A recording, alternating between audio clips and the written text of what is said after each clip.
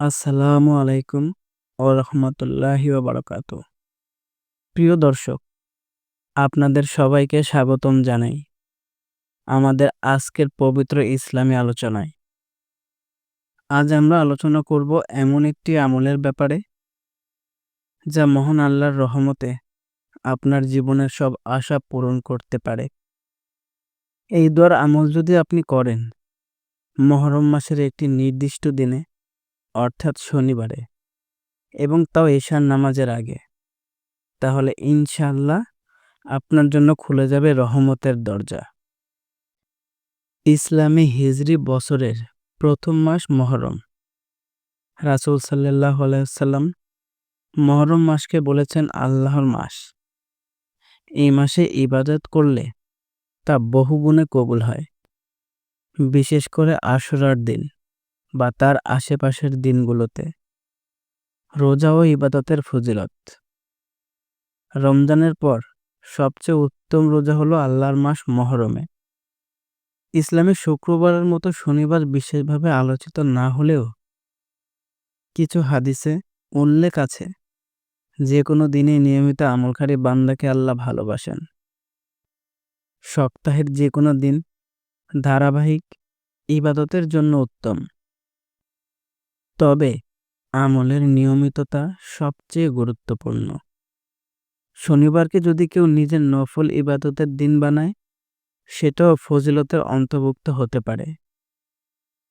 আল্লাহ বলেছেন, তোমরা আমাকে ডাকো, আমি তোমাদের ডাকে সাড়া দেব। যে ব্যক্তি দোয়া করে আল্লাহ তাতে 3টি ফল দেন। নাম্বার 1, সাথে সাথে কবুল করেন। নাম্বার 2, পরে কবুল করেন। নাম্বার 3, খারাপ কিছু দূর করে দেন। এখন বলছি সেই পবিত্র দোয়া, যেটি আপনাকে 21 বার পড়তে হবে মুহররম মাসের শনিবার দিন এশার আগেই।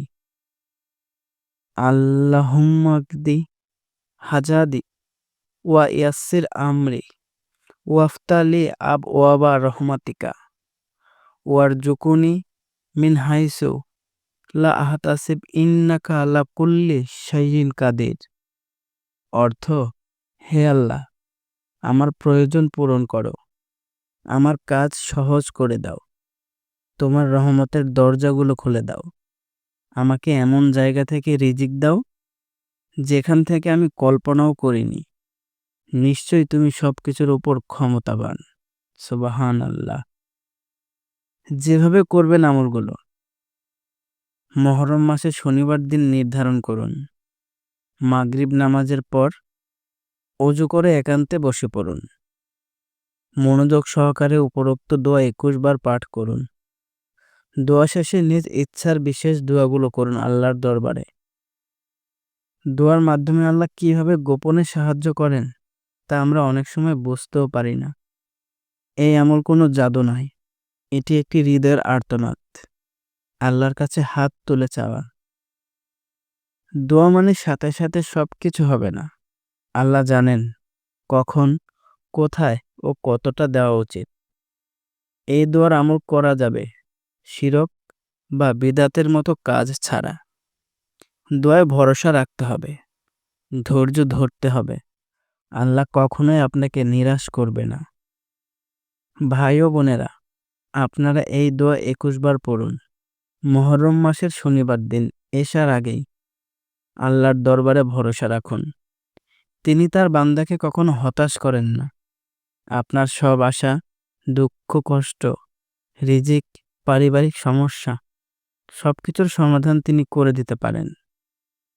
এই ভিডিও যদি ভালো লেগে থাকে অবশ্যই লাইক দিন, কমেন্ট করুন এবং শেয়ার করে অন্যদের জানার সুযোগ দিন।